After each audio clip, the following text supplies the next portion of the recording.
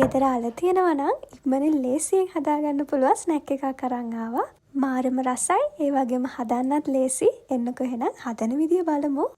මුලින්ම අපි අල ගෙඩියක් අරගෙන ඒක හොඳට සෝදලා ඊළඟට මේකේ පොත්ත අයින් කරගමු.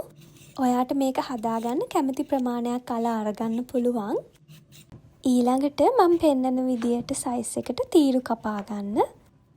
එහෙම නැත්නම් ඔයාට කැමති නම් ටිකක් ලොකුවට කොටු කපා ගන්නත් පුළුවන්. මම සාමාන්‍ය ලොකු අලගෙඩි 3ක් විතර ගත්තා. ඔයාට කැමති ප්‍රමාණයක් අරගන්න පුළුවන්. මේ ටික දැන් අපි අල් වතුරෙන් දෙපාරක් විතර හොඳට සෝදලා අරගමු. දැන් උතුරන වතුරට මේ අල ටික දාලා අපි විනාඩි 5ක් 6ක් විතර තඹගමු. අල ටික ඉක්මනින් තැම්බෙන්න මම ලුණු තේ හැන්දකුත් එකතු කරගන්නවා. ගොඩාක් දිය වෙන තරමට අල ටික තඹන්නේ නැහැ. මෙන්න මේ වගේ ගානට තමයි තඹ ගන්න ඕනේ.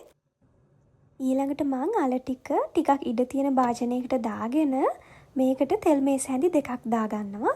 ඊට පස්සේ ඔයාට මේකට කැමති ස්පයිසස් දාගන්න පුළුවන්. මම මිරිස් තේ හැන්දක්, කහ තේ හැඳි කාලක්, ඒ වගේම ගම්මිරිස්, තව මම මේකට ඔරිගානෝ ටිකකුත් දාගත්තා. ඊට අමතරව ඔයාට කෑලි මිරිස්, ඒ වගේම තියෙනවා නම් ගාලික් පවුඩර් ටිකක් දාගන්න. ඊළඟට ලුණුත් දාගෙන මේ මන් දාගත්තේ කෝන්ෆ්ලා වෙනුවට ඔයාට හාල් පිටි ටිකක් දාගන්නත් පුළුවන්. මේස හැඳි 2ක්. දැන් මේ විදියට මික්ස් කරගෙන අපිට මේක එයා ෆ්‍රයි කරගන්න පුළුවන්. නැත්නම් තෙලේ බැදලා අරගන්නත් පුළුවන්. ඉතින් මං අද එයා ෆ්‍රයි කරගන්නේ මේ විදියට අල තීරු ටික බාස්කට් එකේ අපි අඩු කරගමු.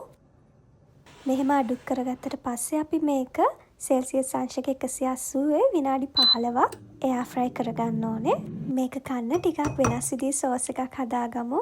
තක්කාලි සෝස් මේස හැඳි 3කුයි, මයොනිස් මේස හැඳි 2කුයි, අබ සෝස් මේස හැඳි භාගයකුයි. ඊට අමතරව ගම්මිරිස් සහ ලුණු. ඉතින් මේ සෝස් එක try කරලා බලන්න මාරම රසයි. මේ විදිහට තමයි එයා ෆ්‍රයි වුණාට පස්සේ තියෙන්නේ. හදලා බලලා රස කොහොමද කියලා කියන්නකෝ. ආය අලුත් වීඩියෝ එකකින් හම්බෙමු. ඔයාට සුබ දවසක්.